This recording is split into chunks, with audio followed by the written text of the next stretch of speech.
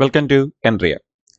നമ്മൾ ഈ സെഷനിൽ നോക്കുന്നത് നാഷണൽ ഇൻവെസ്റ്റിഗേഷൻ ഏജൻസി NIA ലേക്കുള്ള ഒരു എങ്ങനെയാണ് റിക്രൂട്ട്മെന്റ് നടക്കുന്നത് എന്നുള്ള കാര്യങ്ങൾ, എങ്ങനെ ഒരു NIA-ലേക്ക് ജോയിൻ ചെയ്യാം, ഒരു NIA ഒരു ഓഫീസർ അല്ലെങ്കിൽ സബ് ഇൻസ്പെക്ടറായിട്ട് എങ്ങനെ ജോയിൻ ചെയ്യാം എന്നുള്ളതാണ് നമ്മൾ നോക്കുന്നത്. അപ്പോൾ NIA നാഷണൽ ഇൻവെസ്റ്റിഗേഷൻ ഏജൻസി നമുക്ക് എല്ലാവർക്കും അറിയാവുന്നതാണ്. നമ്മുടെ ഇന്ത്യയിലെ ഏറ്റവും ടോപ്പ് ടയർ ഇൻവെസ്റ്റിഗേഷൻ ഏജൻസിയാണ് NIA എന്ന് പറയുന്നത്.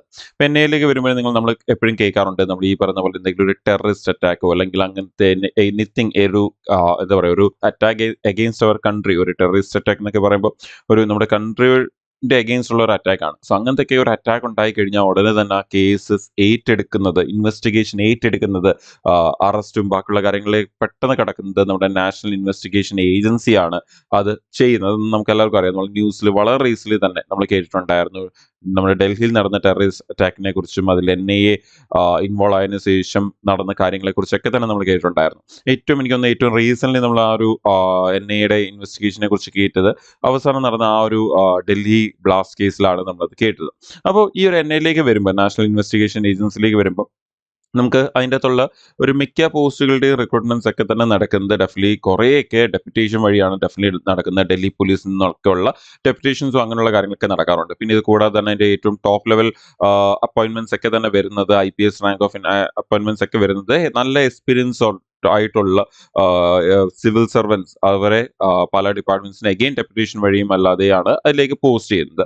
ഇനി ഇതിന്റെ ഒരു എൻട്രി ലെവൽ നമുക്ക് ഡയറക്റ്റ് NIA-ലേക്ക് ജോയിൻ ചെയ്യാൻ പറ്റുമോ എന്ന് ചോദിച്ചു കഴിഞ്ഞാൽ, നമ്മുടെ SSC-യുടെ CGL എക്സാംസ് വഴി നമുക്ക് NIA-യിൽ സബ് ഇൻസ്പെക്ടർ ആയിട്ട് ജോയിൻ ചെയ്യാൻ പറ്റും. ആ ഒരു പോസ്റ്റിലേക്ക് ജോയിൻ ചെയ്തോളൂ. പിന്നെ ഫ്യൂച്ചർ ഗ്രോത്ത് അവിടെ ആ ഒരു ഇതിൽ ജോയിൻ ചെയ്ത് അവിടെ നിന്നുകൊണ്ട് പിന്നെ 7 to 8 years ആ ഒരു ഫ്യൂച്ചർ ഗ്രോത്തുകൾ പിന്നെ വരുവാണ് ചെയ്യുന്നത്. അപ്പൊ എങ്ങനെയാണ് ഡയറക്റ്റ് NIA-ലേക്ക് നമുക്കിപ്പോൾ ഒരു ഡൽഹി പോലീസിൽ ജോയിൻ ചെയ്ത് ഫ്യൂച്ചർ ഡെപ്യൂട്ടേഷൻ വഴി ഈ പറഞ്ഞ NIA-ലേക്ക് വരികയും അല്ലെങ്കിൽ അങ്ങനെയൊക്കെ ഉള്ള ഒരു പ്രോസസ്സ് അല്ലാതെ ഡയറക്റ്റ് NIA-ലേക്ക് എങ്ങനെ ജോയിൻ ചെയ്യാം, എങ്ങനെയാണ് അതിന്റെ ഒരു എക്സാം, അതിന്റെ കട്ട് ഓഫ്, അതിന്റെ കാര്യങ്ങളൊക്കെ വരുന്നത് എന്നൊക്കെ നമുക്ക് ഈ സെഷനിൽ ഒന്ന് മനസ്സിലാക്കാം. അപ്പോൾ നമ്മുടെ ഈ ഒരു സബ് ഇൻസ്പെക്ടർ NIA എന്ന് പറയുന്നത് നമ്മൾ നേരത്തെ പറഞ്ഞ വൺ ഓഫ് ദി ഏറ്റവും പ്രസ്റ്റീജിയസ് ആയിട്ടുള്ള കരിയറാണ്. NIA-യിൽ വർക്ക് ചെയ്യുന്നതെന്നൊക്കെ പറയുമ്പോൾ തന്നെ ഉള്ളൊരു എന്താ പറയുക, ആ ഒരു പവർ അത് തരുന്നൊരു സ്റ്റാറ്റസ് അത് കുറച്ച് ഡിഫറെന്റ് ആണ്. അപ്പോൾ നമുക്കറിയാം, നമ്മുടെ national security and terrorist attacks, ഇങ്ങനെയൊക്കെയുള്ള ആന്റി ടെററിസ്റ്റ് സ്ക്വാഡ് അല്ലെങ്കിൽ ആന്റി ടെററിസ്റ്റ് അറ്റാക്സ്, ഇതൊക്കെയാണ് അവര് ചെക്ക് ചെയ്യുന്നത് എന്നുള്ളത് നമുക്ക് എല്ലാവർക്കും അറിയാം. അപ്പോൾ ഈ ഒരു NIA-ലേക്ക് വരുമ്പോഴത്തേന്ന് അവരുടെ ഒരു റോള്, അതിന്റെ ഒരു പോസ്റ്റിങ്സ്, ഇങ്ങനെയുള്ള കാര്യങ്ങളൊക്കെ തന്നെ എന്തൊക്കെയാണ് സംഭവിക്കുന്നത് നമുക്ക് ജസ്റ്റ് ഒന്ന് നോക്കാം. അപ്പൊ NIA-ലേക്ക് വരുമ്പോൾ നിങ്ങൾക്കറിയാം, നമ്മൾ നേരത്തെ പറഞ്ഞ പോലെ വൺ ഓഫ് ദി ഏറ്റവും ടോപ്പ് ലെവൽ ഇൻവെസ്റ്റിഗേഷൻ ഏജൻസിയാണ്, ടെററിസ്റ്റിന്റെ അഗെയിൻസ്റ്റ് ഉള്ള ലോ എൻഫോഴ്സ്മെന്റ് ഏജൻസിയാണ് നമ്മളുടെ NIA എന്ന് പറയുന്നത്. ഇത് വരുന്നത് നമ്മുടെ മിനിസ്ട്രി ഓഫ് ഹോം അഫയേഴ്സിന്റെ അണ്ടറിലാണ് ഈ ഒരു NIA എന്ന് പറയുന്ന ആ ഒരു ഇൻസ്റ്റിറ്റ്യൂഷന് വരുന്നത്. ഇനി NIA-ലേക്ക് വരുമ്പോൾ നമുക്കറിയാം, അവിടെ നിന്ന് mainly investigate terrorist cases and conduct critical operations, എന്തെങ്കിലും ക്രിട്ടിക്കൽ ഓപ്പറേഷൻസ്, ടെററിസ്റ്റ് അറ്റാക്കിന്റെ അഗെയിൻസ്റ്റ് ഉള്ള ഓപ്പറേഷൻസ്, അതുപോലെ ഇൻവെസ്റ്റിഗേഷൻസ് ആയി കണ്ടക്ട് ചെയ്യുകയാണ് ഒന്ന് NIA-യുടെ ഏറ്റവും മെയിൻ റോൾ എന്ന് പറയുന്നത്. നമുക്കറിയാം, എന്തെങ്കിലും ഒരു ഇങ്ങനത്തെ ഇഷ്യൂസ് വരുമ്പം ആദ്യം തന്നെ NIA കേസ് ഏറ്റെടുത്തു എന്നുള്ളതാണ് നമ്മൾ കേൾക്കുന്നത്. ഇത് കൂടാതെ തന്നെ ഡെഫിനറ്റ്ലി ഇത് അറ്റാക്ക് ഒക്കെ നടക്കുന്നതിന് മുമ്പുള്ള ഇന്റലിജൻസ് വർക്കുകൾ, ലൈക്ക് എന്തെങ്കിലും സസ്പെക്ട്സിനെ അറസ്റ്റ് ചെയ്യുന്നതായാലും ശരി, ഇൻഫോർമേഷൻസ് ഗ്യാദർ ചെയ്യുന്നതായാലും ശരി, അങ്ങനെയുള്ള കുറേ ഡ്യൂട്ടീസ് അവർക്ക് വരുന്നുണ്ട്. ആൻഡ് ഡെഫിനറ്റ്ലി നാഷണൽ സെക്യൂരിറ്റിയുടെ പാർട്ടാണ് ഇതെല്ലാം എന്ന് പറയുന്നത്. സോ ക്രിട്ടിക്കൽ റോൾ, ആ ഒരു നാഷണൽ സെക്യൂരിറ്റിക്ക് വേണ്ടിയുള്ള ഫീൽഡ് വർക്കുകളും അതുപോലെ തന്നെ ഡ്യൂട്ടീസ് ഒക്കെയാണ് ഈ ഒരു NIA ഓഫീസേഴ്സിന് വരുന്നത്. അപ്പോൾ ഇൻ ജനറൽ വളരെ ഷോർട്ടായിട്ട് ഒരു NIA ഓഫീസറിന്റെ ഒരു ജോബ് റോൾ എന്താ എന്ന് ചോദിച്ചു കഴിഞ്ഞാൽ നമുക്ക് വളരെ സിമ്പിൾ ആയിട്ട് ഇങ്ങനെ പറയാം. എന്തായാലും ഒരു കൗണ്ടർ ടെററിസ്റ്റ് അറ്റാക്സ്, അതിന്റെ അഗെയിൻസ്റ്റ് ഉള്ള ലോ, ഈ ടെററിസ്റ്റ് അറ്റാക്കിന്റെ അഗെയിൻസ്റ്റ് ഉള്ള ലോ എൻഫോഴ്സ്മെന്റ്, അതിന്റെ ഇൻവെസ്റ്റിഗേഷൻ, ഇന്റലിജൻസ് ഗ്യാദർ ചെയ്യുക, നാഷണൽ സെക്യൂരിറ്റി, ഇതൊക്കെയാണ് നമ്മുടെ ഒരു job role of NIA officer എന്ന് നമുക്ക് പറയാം. അപ്പോൾ നമ്മൾ നേരത്തെ പറഞ്ഞ പോലെ തന്നെ ഇപ്പൊ NIA അറ്റാക്ക്, NIA ഈ പറയുന്ന പോലെ നമ്മുടെ കേസസ്, ഇപ്പൊ ലാസ്റ്റ് നമ്മൾ ഏറ്റവും റീസെന്റ് കേട്ട ഒരു കാര്യമാണ് നമ്മൾ നേരത്തെ പറഞ്ഞ പോലെ തന്നെ നമ്മുടെ ആ ഒരു ഡൽഹി ബ്ലാസ്റ്റ് അല്ലെങ്കിൽ നമ്മുടെ റെഡ് ഫോർട്ടിലുണ്ടായ ആ ബ്ലാസ്റ്റിനെ കുറിച്ച് NIA ടീം അത് കേസ് ഏറ്റെടുത്തതും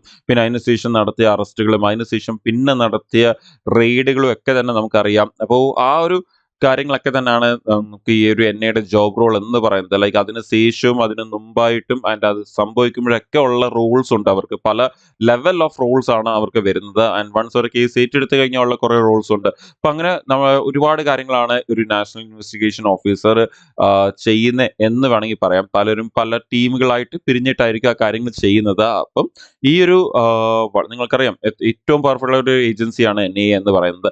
അപ്പോൾ ഇനി നമുക്ക് ഇതിലേക്ക് വരുമ്പോൾ നമ്മൾ നേരത്തെ പറഞ്ഞ പോലെ എങ്ങനെയാണ് ഇതിലേക്ക് ജോയിൻ ചെയ്തതെന്ന് ചോദിച്ചു കഴിഞ്ഞാൽ നമുക്ക് ഇതിൽ ജോയിൻ ചെയ്യാനുള്ള ഒരു വഴി എന്ന് പറയുന്നതാണ് നമ്മളുടെ ഈ ഒരു SSCയുടെ CGL എക്സാം എന്ന് പറയുന്നത്, കമ്പൈൻഡ് ഗ്രാജുവേറ്റ് ലെവൽ എക്സാം എന്ന് പറയുന്നത്. നമ്മുടെ SSCയുടെ കലണ്ടർ ഇപ്പോൾ recent few days back release ചെയ്തിട്ടുണ്ട്. ഏകദേശം ഒരു 1 month ആയി വരുന്നു. അപ്പൊ ആ ഒരു ഇതിന്റെ അകത്ത് കലണ്ടർ ഇതാണ് നിങ്ങൾ കാണുന്ന ആ ഒരു SSCയുടെ എക്സാം കലണ്ടർ 2026-2027 കലണ്ടർ എന്ന് പറയുന്നത്. ഇതിൽ ആദ്യത്തെ 3 ഡിപ്പാർട്ട്മെന്റ് എക്സാംസ് ആണ്. അതൊന്നും മാറ്റി കഴിഞ്ഞു കഴിഞ്ഞാൽ നമുക്ക് ഈ വർഷത്തെ ആദ്യത്തെ എക്സാം ആണ് SSCയുടെ CGL എക്സാം എന്ന് പറയുന്നത്, കമ്പൈൻഡ് ഗ്രാജുവേറ്റ് ലെവൽ എക്സാമിനേഷൻ. നമ്മുടെ ഈ ഒരു NIയിലേക്കൊക്കെ ഉള്ള റിക്രൂട്ട്മെന്റ് അടങ്ങിയ ആ ഒരു എക്സാം എന്ന് പറയുന്നത്. അപ്പോൾ ഇത് ഏതൊരു ഗ്രാജുവേറ്റിനും എഴുതാൻ പറ്റും. ഇത് സ്പെഷ്യൽ ക്വാളിഫിക്കേഷൻ വല്ലതും വേണോ എന്ന് ചോദിച്ചു കഴിഞ്ഞാൽ ഒരിക്കലും ഇല്ല.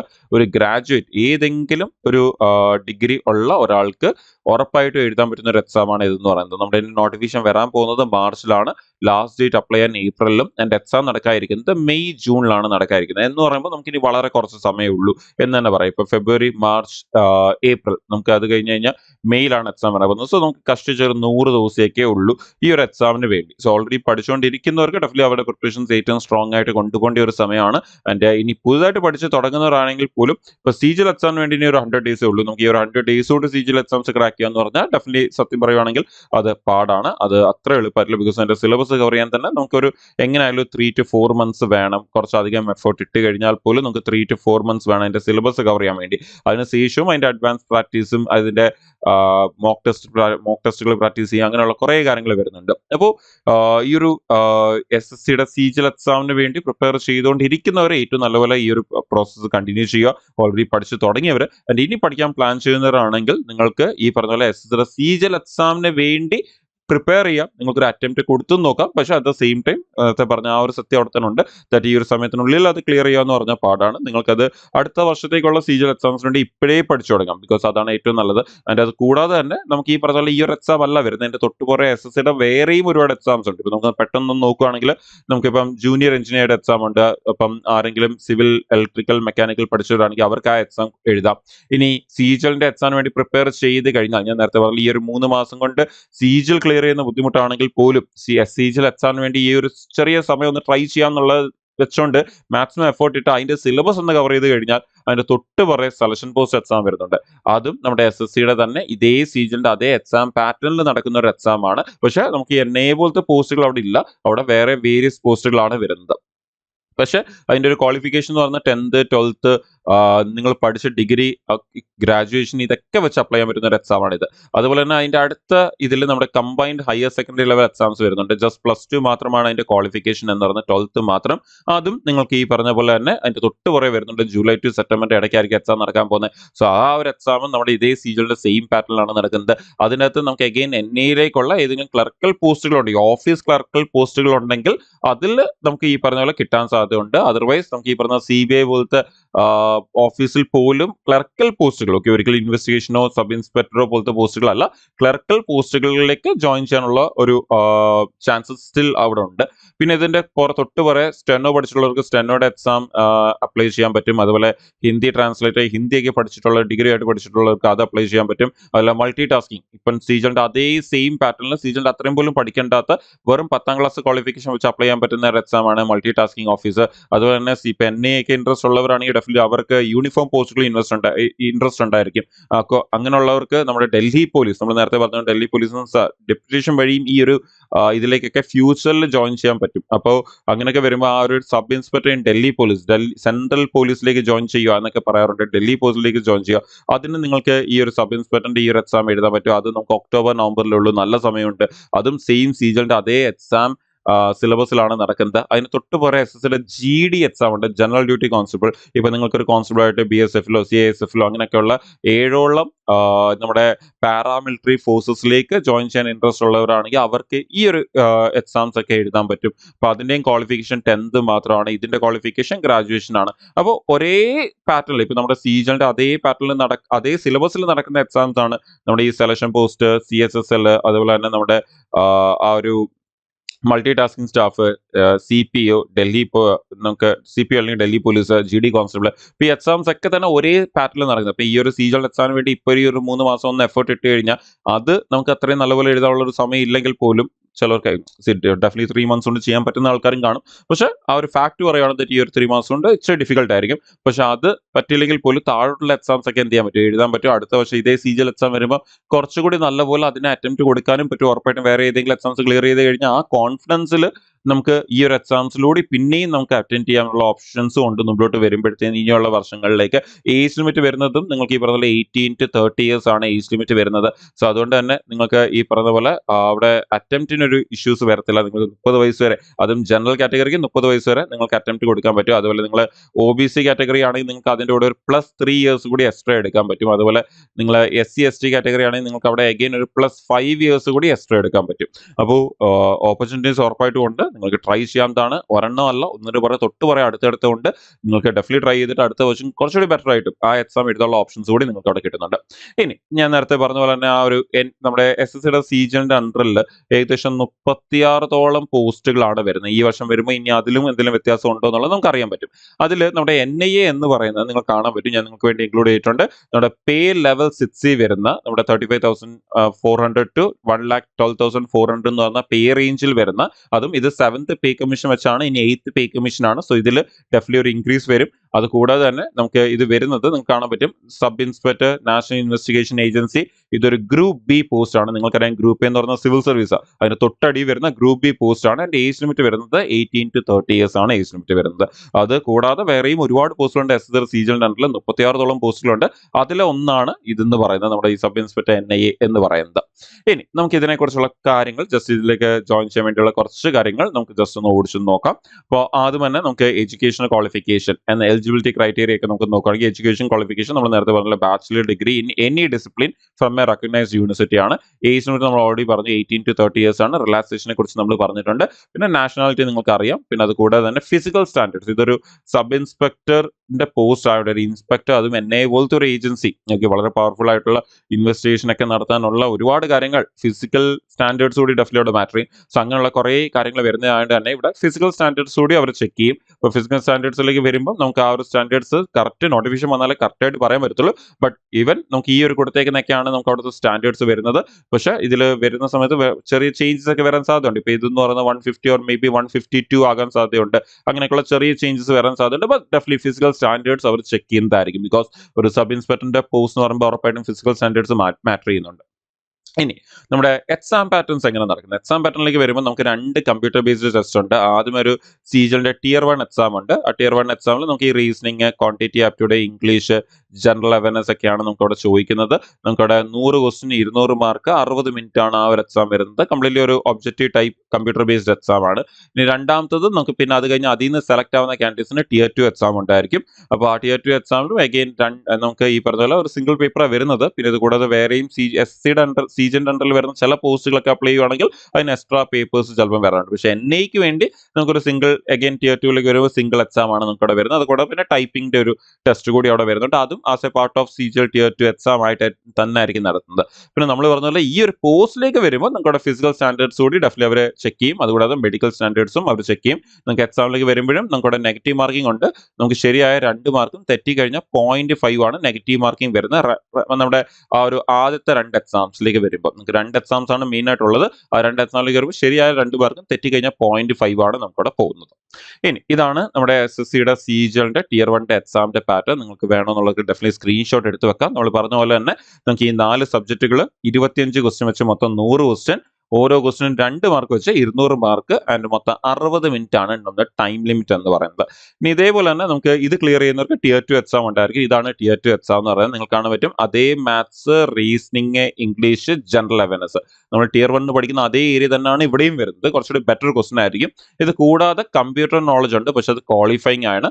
അപ്പോൾ നമുക്ക് ഒരു ക്വാളിഫയിങ് മാർക്ക് കിട്ടിയാൽ മാത്രം മതി അവിടെ. പിന്നെ നമ്മുടെ ഒരു ഡാറ്റ എൻട്രി ടെസ്റ്റ് കൂടി ഉണ്ടായിരിക്കും, നമ്മൾ നേരത്തെ ടൈപ്പിംഗ് ടെസ്റ്റ് കൂടി ഉണ്ടായിരിക്കും, അതും ക്വാളിഫയിങ് ആണ്. നമ്മൾ ക്വാളിഫൈ ആയാൽ മാത്രം മതി. അവിടെയും നമുക്ക് അവിടെ മാർക്കൊന്നും നമുക്ക് എടുക്കത്തില്ല എക്സാമിന് വേണ്ടി. ആൻഡ് ഇവിടെ നമുക്ക് ഈ പറഞ്ഞ പോലെ ക്വാളിഫയിങ് ആണെങ്കിൽ പോലും അതിന്റെ മാർക്ക് ക്ലിയർ ചെയ്തിട്ടുണ്ടെങ്കിൽ മാത്രമേ മുകളിലത്തത് നമുക്ക് ഈ പറഞ്ഞ പോലെ നമ്മളെ മുകളിലത്തത് കൺസിഡർ ചെയ്യത്തുള്ളൂ എന്നൊരു കേസ് കൂടി അവിടെ വരും. അപ്പോൾ നമുക്ക് പഠിക്കാനുള്ളത് Tier 2ലേക്ക് വരുമ്പോൾ എക്സ്ട്രാ വരുന്ന കമ്പ്യൂട്ടർ നോളജ് മാത്രമാണ് എക്സ്ട്രാ വരുന്നത്. പിന്നെ നമ്മൾ ഡെഫിനറ്റ് ടൈപ്പിംഗ് കുറച്ച് പ്രാക്ടീസ് ചെയ്തിട്ടുണ്ടായിരിക്കണം. ഇനി കട്ട് ഓഫ്സിലേക്ക് വരുവാണെങ്കിൽ NIA കട്ട് ഓഫിനെ കുറിച്ച് ഞാൻ പറയുവാണെങ്കിൽ ഇപ്പൊ നമ്മുടെ CGയുടെ Tier 1 എക്സാമിലേക്ക് വരുമ്പോൾ എല്ലാവർക്കും കട്ട് ഓഫ് സെയിം ആണ്. നമ്മുടെ സാധാരണ കട്ട് ഓഫ് ഒക്കെ നിൽക്കുന്ന 150 തൊട്ട് 155 ഇടയ്ക്കാണ്. ഈ വട്ടം കട്ട് ഓഫ് കുറച്ച് കുറവായിരുന്നു, 136, 37 ഒരു ഇടയ്ക്കാണ് ഒരു നിന്നത്. പക്ഷെ നമ്മുടെ ഈ പറഞ്ഞ സാധാരണ ഇതിന് മുമ്പുള്ള വർഷങ്ങളിൽ 150 തൊട്ട് 155 ഇടയ്ക്കാണ് Tier 1 കട്ട് ഓഫ് വരുന്നത്. പിന്നെ നമ്മുടെ Tier 2ലേക്ക് വരുമ്പോൾ അതിൽ NIA കട്ട് ഓഫ് ആ ഒരു പോസ്റ്റിന്റെ കട്ട് ഓഫിലേക്ക് വരുമ്പോൾ മോസ്റ്റ്ലി നമുക്ക് 320 to 340 ഇടയ്ക്കാണ് ആ ഒരു കട്ട് ഓഫ് വരുന്നത് ഔട്ട് ഓഫ് 390. 390 340 പ്ലസ്. പിന്നെ ഡെഫിനറ്റ്ലി കുറെ കാര്യങ്ങൾ മാറ്റർ ചെയ്യാറുണ്ട്. വേക്കൻസീസ് കൂടുതലുണ്ടെങ്കിൽ കട്ട് ഓഫ് കുറയും, വേക്കൻസി കുറവാണെങ്കിൽ കട്ട് ഓഫ് കൂടും. അങ്ങനെയൊക്കെ ഉള്ള പിന്നെ കാൻഡിഡേറ്റ്സിന്റെ എണ്ണം അങ്ങനെയൊക്കെയുള്ള കുറച്ച് കാര്യങ്ങൾ മാറ്റർ ചെയ്യാറുണ്ട്. പക്ഷെ ഈ പറഞ്ഞ പോലെ ഏകദേശം ഇതിന്റെ റേഞ്ച് നിൽക്കുന്നത് 320 to 340 ഇടയ്ക്കായിട്ടാണ് നിൽക്കുന്നത്. പിന്നെ നമുക്ക് ഈ പറഞ്ഞ പോലെ കട്ട് ഓഫ് ഡെഫിനറ്റ്ലി ഫ്ലക്ച്വേറ്റ് ചെയ്യും, വേക്കൻസീസ് അനുസരിച്ചും കോമ്പറ്റീഷന്റെ ഇന്റൻസിറ്റി അനുസരിച്ചൊക്കെയാണ് അത് ഡെഫിനറ്റ്ലി മാറ്റർ ചെയ്യുന്നത്. പിന്നെ ഇപ്പൊ നമുക്ക് ഈ പറഞ്ഞ പോലെ ഓൾറെഡി നമ്മൾ നേരത്തെ പറഞ്ഞ റെസ്പോൺസിബിലിറ്റീസ് ഓഫ് NIA ഓഫീസർ അല്ലെങ്കിൽ സബ് ഇൻസ്പെക്ടർ എന്ന് പറയുന്നത് ടെററിസ്റ്റ് കേസസ് ഇൻവെസ്റ്റിഗേറ്റ് ചെയ്യുക എന്നുള്ളതാണ്. പിന്നെ ഫീൽഡ് ഓപ്പറേഷൻസ് കാണും, ഉറപ്പായിട്ടും റെയ്ഡ് കണ്ടക്ട് ചെയ്യുക, അറസ്റ്റ് കണ്ടക്ട് ചെയ്യുക, അതുപോലെ തന്നെ ഇൻഫർമേഷൻസ് ഗ്യാദർ ചെയ്യുക, ഇങ്ങനെയുള്ള കാര്യങ്ങളൊക്കെ തന്നെ വരും. അതുപോലെ കേസുകളൊക്കെ ഡോക്യുമെന്റേഷൻ ചെയ്യുക എന്നുള്ളത്, ബിക്കോസ് ഇത് ഫൈനലി കോർട്ടിൽ പ്രൊഡ്യൂസ് ചെയ്യുക എന്നുള്ളതാണ്. സോ അതിന് വേണ്ടിയുള്ള ഒരു ഡോക്യുമെന്റേഷൻ ഒക്കെ ചെയ്യുക എന്നുള്ളത്, റിപ്പോർട്ട് പ്രോസിക്യൂഷന് വേണ്ടിയുള്ള റിപ്പോർട്ട്സ് അറേഞ്ച് ചെയ്യുക. പിന്നെ ഇന്റർ ഏജൻസി കോർഡിനേഷൻ, നമുക്കറിയാം ഈ ഏജൻസി പല ഏജൻസിയുടെ കൂടെ ചേർന്ന് വർക്ക് ചെയ്യേണ്ടി വരാറുണ്ട്.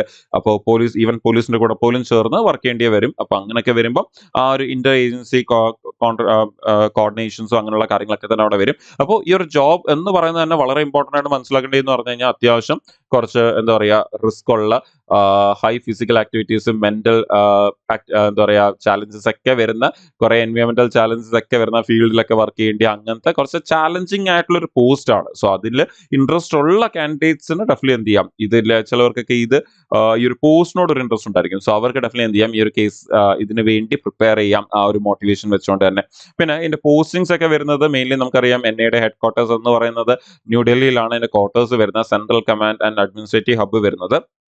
പക്ഷെ നമുക്ക് ഈ പറഞ്ഞ പോലെ ആസ് എ പോസ്റ്റിംഗ് നമുക്ക് ഇന്ത്യയിൽ എവിടെ വേണമെങ്കിലും പോസ്റ്റിംഗ് വരാം. ഓക്കെ, ഒരു അറ്റാക്ക് നടക്കുന്നതിനനുസരിച്ചും അതുപോലെ തന്നെ ഒരു ഇൻവെസ്റ്റിഗേഷൻ വരുന്നതിനനുസരിച്ചും ഒരു ഇൻഫർമേഷൻസ് നേരത്തെ ഗ്യാദർ ചെയ്യുന്നതിനനുസരിച്ചൊക്കെയാണ് നമ്മുടെ പോസ്റ്റിംഗ്സ് വരുന്നത്. നമുക്ക് ഈ പറഞ്ഞ പോലെ തന്നെ ഫീൽഡ് പോസ്റ്റിംഗ്സ് അല്ല നോർമലി വരുന്നത്. ഇപ്പം നമുക്കൊരു ഇൻവെസ്റ്റിഗേഷന്റെ ഭാഗമായിട്ടായാലും അല്ലാതെ നമുക്ക് വരുന്നതായാലും ഇപ്പം മുംബൈ പിന്നെ വരാറുണ്ട്, ഹൈദരാബാദ് വരാറുണ്ട്, കൊൽക്കത്ത, ലക്നൗ, ജമ്മു, അതുപോലെ തന്നെ ഗുവാഹട്ടി, നമ്മുടെ കൊച്ചി കോസ്റ്റൽ സെക്യൂരിറ്റി അവിടെ. സോ ഇങ്ങനെയൊക്കെയുള്ള സ്ഥലങ്ങളിൽ നമുക്ക് എന്ത് വരും, ഈ പറഞ്ഞ പോലെ ഫീൽഡ് പോസ്റ്റിംഗ്സ് വരും. അപ്പൊ NIAക്ക് ഇപ്പൊ ഡൽഹിയിൽ മാത്രമായിരിക്കത്തില്ല പോസ്റ്റിംഗ് ഒരിക്കലും. പിന്നെ ഡെഫിനറ്റ്ലി നമ്മൾ നേരത്തെ പറഞ്ഞ പോലെ ഫ്രീക്വന്റ് ട്രാൻസ്ഫേഴ്സ് വരും, ബിക്കോസ് ആ ഒരു നടക്കുന്ന അറ്റാക്കിനനുസരിച്ചൊക്കെയാണ് അല്ലെങ്കിൽ ഇൻവെസ്റ്റിഗേഷനനുസരിച്ചാണ് ആ ഒരു ട്രാൻസ്ഫേഴ്സ് വരുന്നത്. അത് വളരെ ഫ്രീക്വന്റ് ആയിരിക്കും. ഇത്രയും വർഷം കഴിഞ്ഞ് അങ്ങോട്ട് പോകാം എന്ന റാങ്കിൾ ആയിരിക്കത്തില്ല കൂടുതലും. അപ്പോൾ റിമോട്ട് ഏരിയസിലേക്കും സെൻസിറ്റീവ് ആയിട്ടുള്ള ഏരിയസിലേക്കൊക്കെ പോകേണ്ടി വരും. അതുപോലെ ഡൈവേഴ്സ് എൻവയോൺമെന്റിൽ വർക്ക് ചെയ്യേണ്ടി വരും. അതേപോലെ തന്നെ ഹൈ റിസ്ക് സോണിൽ വർക്ക് ചെയ്യേണ്ടി വരും. ഒരുപാട് ചാലഞ്ചിങ് ആയിട്ടുള്ള നാഷണൽ സെക്യൂരിറ്റി ജോബാണ് ഇതെന്ന് പറയുന്നത്. സോ ഡെഫിനറ്റ്ലി ആ ഒരു ചാലഞ്ചസ് എല്ലാം നമ്മൾ ഫേസ് ചെയ്യേണ്ടി വരും. പിന്നെ നമ്മുടെ സാലറിയും കാര്യങ്ങളിലേക്ക് വരുമ്പോൾ നമ്മൾ ഓൾറെഡി പറഞ്ഞ പോലെ തന്നെ 7th പേ കമ്മീഷൻ അനുസരിച്ച് 35,400 to 1,12,400 ആണ് അതിന്റെ ഒരു പേ സ്കെയിൽ വരുന്നത്. 8th പേ കമ്മീഷൻ വരുമ്പോൾ ഇനി ഇതിൽ ഇൻക്രീസ് വരും നിങ്ങൾക്കറിയാം. പിന്നെ നമുക്ക് ഈ പറഞ്ഞ പോലെ തന്നെ ഇതിന്റെ ഒരു ബേസിക് പേ എന്നൊക്കെ പറയുന്നത് 35,400 ആണ്. പിന്നെ അത് കൂടാതെ ബാക്കിയുള്ള അലവൻസുകളൊക്കെ ചേരും. നമ്മുടെ DA, അതുപോലെ ട്രാൻസ്പോർട്ടേഷൻ അലവൻസ്, മെഡിക്കൽ ബെനിഫിറ്റ്സ് ഒക്കെ ഉണ്ട്. പിന്നെ HRA, ഹൗസ് റെന്റ് അലവൻസുകൾ, പിന്നെ റിസ്ക് അലവൻസുകൾ, അതൊരു വളരെ ഇമ്പോർട്ടന്റ് കാര്യമാണ് റിസ്ക് അലവൻസ് എന്ന് പറയുന്നത്. പിന്നെ അതുകൂടാതെ പെൻഷനും നമ്മുടെ റിട്ടയർമെന്റ് ആ ഒരു ലോങ് ടേം ഫിനാൻഷ്യൽ സ്റ്റെബിലിറ്റിക്ക് വേണ്ടിയുള്ള. അപ്പൊ ഈ ഒരു അലവൻസുകളൂടെയൊക്കെ ചേരുമ്പോഴത്തേക്കും നമുക്ക് ആ സ്റ്റാർട്ടിംഗ് പേ ആയ 35,400 എന്നുള്ള ബേസിക് പേ നമുക്ക് ഈ പറഞ്ഞ പോലെ ബാക്കി അലവൻസുകളോട് കൂടിയിട്ടാണ് അതൊരു 55,000 to നമുക്ക് ആ ഒരു 70,000 ആ ഒരു റേഞ്ചിന്റെ ഇടയ്ക്കേക്ക് ഒരു 50 നമുക്ക് ആ ഒരു എന്താ പറയാ 50-55 65,000 ആ റേഞ്ചിലേക്കായിരിക്കും സ്റ്റാർട്ടിങ് ഇൻഹാൻസ് സാലറീസ് ഒക്കെ വരുന്നത്. പിന്നെ അതിനുശേഷം അതിലൊരു ഇൻക്രീസ് വരുവാണ് ചെയ്യുന്നത്. പിന്നെ എൻ്റെ കരിയർ ഗ്രോത്തും ഫ്യൂച്ചറിനെ കുറിച്ച് പറയുവാണെങ്കിൽ നമ്മളിപ്പോൾ ജോയിൻ ചെയ്യുന്ന ഒരു entry level sub inspector supervisory റോളിലേക്കായിരിക്കും ജോയിൻ ചെയ്യുന്നെങ്കിൽ പിന്നെ അതിനുശേഷം നമ്മൾ അവിടെ നിന്ന് പ്രൊമോട്ടായി ഇൻസ്പെക്ടർ ലീഡ് ഇൻസ്പെക്ടർ റോളിലേക്കായിരിക്കും എത്തുന്നത്. അപ്പോൾ അവിടെ ഇൻവെസ്റ്റിഗേഷൻസും ടീമും ഒക്കെ വരും. അത് കഴിഞ്ഞ് പിന്നെ ഫ്യൂച്ചറിൽ വീണ്ടും ഒരു ഡെപ്യൂട്ടി സൂപ്രണ്ടന്റും പിന്നെ സൂപ്രണ്ടന്റ് പോസ്റ്റിലേക്കായിരിക്കും വരുന്നത്. അപ്പോൾ സീനിയർ മാനേജ്മെന്റ് റെസ്പോൺസിബിലിറ്റീസ് വരും. പിന്നെ അതിനുശേഷം ഒരു ഡിസ്ട്രിക്ട് ലെവൽ കമാൻഡ് ആ ഒരു രീതിയിലേക്കായിരിക്കും ഗ്രോ ചെയ്യുന്നത്. സോ അതാണ് അതിന്റെ ഒരു ഫ്യൂച്ചർ എന്ന് പറയുന്നത്. പിന്നെ ഇതെല്ലാം തന്നെ നമ്മുടെ പെർഫോമൻസ് ബേസ് ചെയ്ത് നമുക്ക് കിട്ടുന്ന സ്പെഷ്യൽ ട്രെയിനിങ് ബേസ് ചെയ്തും ഡെപ്യൂട്ടേഷൻ ഓപ്പർച്യൂണിറ്റീസും ഉണ്ടായിരിക്കും. ഇത് കൂടാതെ ഇന്റർനാഷണൽ അസൈൻമെന്റ്സും അങ്ങനെയുള്ള കാര്യങ്ങളൊക്കെ തന്നെ അവിടെ വരും. സോ ഇങ്ങനെ ഒരുപാട് കാര്യങ്ങൾ ഇൻക്ലൂഡ് ആയിട്ടുള്ള ഒരു എന്താ പറയുക, വളരെ സ്റ്റേബിൾ ആയിട്ട് ഒരു 3 വർഷം ഒരു സ്ഥലത്ത് നിന്ന് വർക്ക് ചെയ്യാം, അല്ലെങ്കിൽ 5 വർഷം ഒരു സ്ഥലത്ത് നിന്ന് വർക്ക് ചെയ്യാം, അതിനുശേഷം അടുത്ത സ്ഥലത്തേക്ക് പോവാം, അങ്ങനെയുള്ള ഒരു പോസ്റ്റിംഗ് അല്ല ഒരിക്കലും. വളരെ ഫ്രീക്വന്റ്, ഒരുപാട് ചാലഞ്ചിങ് ആയിട്ടുള്ള ഒരുപാട് കാര്യങ്ങൾ ഇൻക്ലൂഡ് ആയിട്ടുള്ള ഒരു റോളാണ് ഇതെന്ന് പറയുന്നത്. അപ്പോൾ ഇതൊരു കേസ് വരുമ്പോൾ ഡെഫിനറ്റ്ലി അവിടെ ആ ഒരു ആക്ടിവിറ്റീസ് കൂടും. ആ സമയത്ത് നമുക്ക് ഈ പറഞ്ഞ ട്രാൻസ്ഫേഴ്സും അങ്ങ് ട്രാവലും ഒക്കെ തന്നെ കൂടി വരും.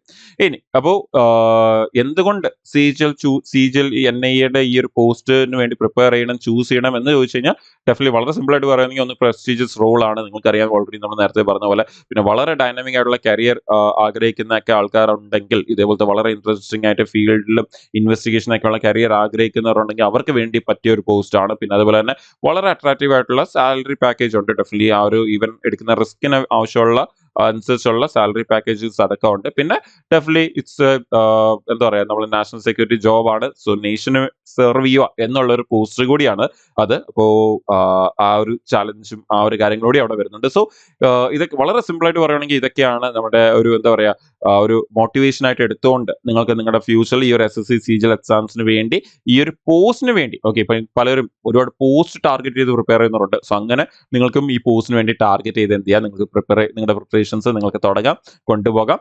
അപ്പോൾ നേരത്തെ പറഞ്ഞ പോലെ തന്നെ നമുക്ക് ഈ ഒരു CGL എക്സാമിന് വേണ്ടി ഇനി 100 ഡേയ്സേ ഉള്ളൂ. സോ ഈ ഒരു 100 ഡേയ്സ് കൊണ്ട് ഈ എക്സാംസ് ക്ലിയർ ചെയ്യാൻ പറ്റും എന്നൊരിക്കലും ഞാൻ പറയത്തില്ല. പക്ഷേ ഇതിനൊരു ചാലഞ്ച് ആയിട്ട് എടുത്തുകൊണ്ട് ഈ 3 മാസം കൊണ്ട് ആ ഒരു ചാലഞ്ചിൽ നിങ്ങൾക്ക് വേണമെങ്കിൽ അതിന്റെ സിലബസ് കവർ ചെയ്യാൻ മാക്സിമം ട്രൈ ചെയ്യാം. അപ്പോൾ നിങ്ങൾക്ക് കിട്ടുന്ന അഡ്വാൻറ്റേജ്, ഇപ്പോൾ CGL എക്സാംസ് നല്ലപോലെ ഈ വർഷം എഴുതാൻ പറ്റില്ലല്ലോ, അതിന്റെ തൊട്ടുപുറേ വേറെയും ഒരുപാട് എക്സാംസ് വരുന്നുണ്ട്. ആ എക്സാംസ് ഒക്കെ നിങ്ങൾക്ക് നല്ലപോലെ എഴുതാം. അപ്പോൾ അതിലൊരു ജോബ് കിട്ടിക്കഴിയുമ്പോൾ നിങ്ങൾക്ക് ആ ഒരു ജോബ് സെക്യൂരിറ്റിയിൽ ഇരുന്നുകൊണ്ട് അടുത്ത CGL എക്സാംസിന് വേണ്ടി, അടുത്ത 2027 CGL എക്സാമിന് വേണ്ടി പ്രിപ്പയർ ചെയ്യാം.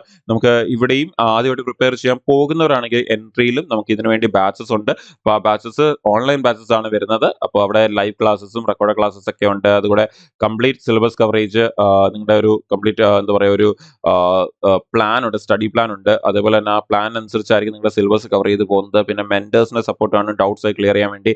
മോക്ക് ടെസ്റ്റുകൾ, previous year question discussions, previous year ക്വസ്റ്റ്യൻ്റെ പാക്കേജസ്, ഇതുകൂടെ കോർ ടോപ്പിക് ഡിസ്കഷൻസ്, ഡെയിലി എന്താ പറയുക ക്വിസുകളും അങ്ങനെയുള്ള കാര്യങ്ങളൊക്കെ തന്നെ അവിടെ വരുന്നുണ്ട്. പിന്നെ ഇ ബുക്കുകൾ വരുന്നുണ്ട്. ഇങ്ങനെ ഒരുപാട് കാര്യങ്ങളെല്ലാം കൂടി ചേർന്ന് നമുക്ക് ആപ്പിന്റെ AI സപ്പോർട്ട് ഉണ്ട്. അപ്പോൾ നിങ്ങളുടെ വീക്ക് ഏരിയസ് ഒക്കെ അനലൈസ് ചെയ്യാൻ അത് ഹെൽപ്പ് ചെയ്യും. ഇങ്ങനെ എല്ലാം കൂടി വരുന്ന ഒരു പാക്കേജ് ആണ് ഇതെന്ന് പറയുന്നത്. പിന്നെ ഏറ്റവും ഇമ്പോർട്ടൻറ്റ് എന്താണെന്ന് ചോദിച്ചു കഴിഞ്ഞാൽ, ഇപ്പോഴത്തെ ഒരു സമയത്ത് നമുക്ക് 1 ഇയർ വാലിഡിറ്റിന്റെ കോഴ്സസ് ആണ് യൂഷ്വലി വരുന്നത്. പക്ഷേ ഇപ്പം ഈ ഒരു സമയത്തേക്ക് നമുക്ക് ആ ഒരു വാലിഡിറ്റി 2 ഇയർ ആയിരിക്കും. നേരത്തെ പറഞ്ഞ പോലെ ഇപ്പം ഈ വട്ടത്തെ CGL എന്ന് പറയുന്നത് കുറച്ച് ഡിഫിക്കൽട്ട് ആയിരിക്കും. സോ അതുകൊണ്ട് തന്നെ ഒരു 1 ഇയർ വാലിഡിറ്റി എടുത്ത് നമ്മുടെ അടുത്ത CGL ആകുമ്പോഴത്തേക്ക് ഒരു വാലിഡിറ്റി തീർന്നു പോവാതെ നിങ്ങൾക്ക് ഇപ്പം ഈ ഒരു വാലിഡിറ്റി എടുത്തുകൊണ്ട് ഈ വർഷത്തെ എക്സാംസ് ഒക്കെ നല്ലപോലെ എഴുതി അടുത്ത വർഷത്തെ CGL എക്സാംസിന് വേണ്ടിയും വാലിഡിറ്റി തീർന്നു പോവാതെ പ്രിപ്പയർ ചെയ്യാനുള്ള ഒരു ഓപ്പർച്യൂണിറ്റി കൂടിയാണ്. 2 വർഷത്തെ വാലിഡിറ്റിയിൽ നിങ്ങൾക്ക് 1 വർഷത്തെ ആ ഒരു കോഴ്സ് നിങ്ങൾക്ക് അതേ പ്രൈസിൽ 2 ഇയർ വാലിഡിറ്റിയിലേക്ക് കിട്ടുവാണ്. അപ്പോൾ അതൊരു നല്ല ഓപ്പർച്യൂണിറ്റി ആണ്, മിസ്സാക്കാതെ. എസ്പെഷ്യലി ഈ CGL എക്സാമിന് വേണ്ടിയൊക്കെ ഇപ്പോൾ ലേറ്റ് ആയിട്ട് പഠിച്ചു തുടങ്ങിയതാണെങ്കിൽ ഉറപ്പായിട്ടും നിങ്ങൾക്കത് വളരെ യൂസ്ഫുൾ ആയിരിക്കും. നിങ്ങൾക്ക് അറിയാവുന്ന നിങ്ങളുടെ ഫ്രണ്ട്സുമായിട്ട് ഉറപ്പായിട്ടും ഷെയർ ചെയ്ത് കൊടുക്കുക. അതിനെക്കുറിച്ച് കൂടുതൽ അറിയാൻ വേണ്ടി നിങ്ങൾക്ക് ഈ നമ്പറിൽ കോൺടാക്ട് ചെയ്യാം. 8714764646 എന്നുള്ള ഈ നമ്പറിൽ കോൺടാക്ട് ചെയ്തുകൊണ്ട് കൂടുതൽ ഡീറ്റെയിൽസ് ചോദിച്ച് മനസ്സിലാക്കി നിങ്ങൾക്ക് ഈ ബാച്ചസിലേക്ക് ജോയിൻ ചെയ്ത് പ്രിപ്പറേഷൻസ് തുടങ്ങാം. അപ്പോൾ ഇത് NIA പോലെ തന്നെ വളരെ ഡൈനാമിക് ആയിട്ടുള്ള വേറെയും ഒരുപാട് പോസ്റ്റുകളുണ്ട്. നമ്മുടെ CBI ഇൻസ്പെക്ടർ ആയാലും ശരി, നമ്മുടെ income tax preventive officer, customs officer ഒക്കെ അങ്ങനെയൊക്കെ ഉള്ള ഒരുപാട് ചാലഞ്ചിങ് ആയിട്ടുള്ള പോസ്റ്റുകളുണ്ട്.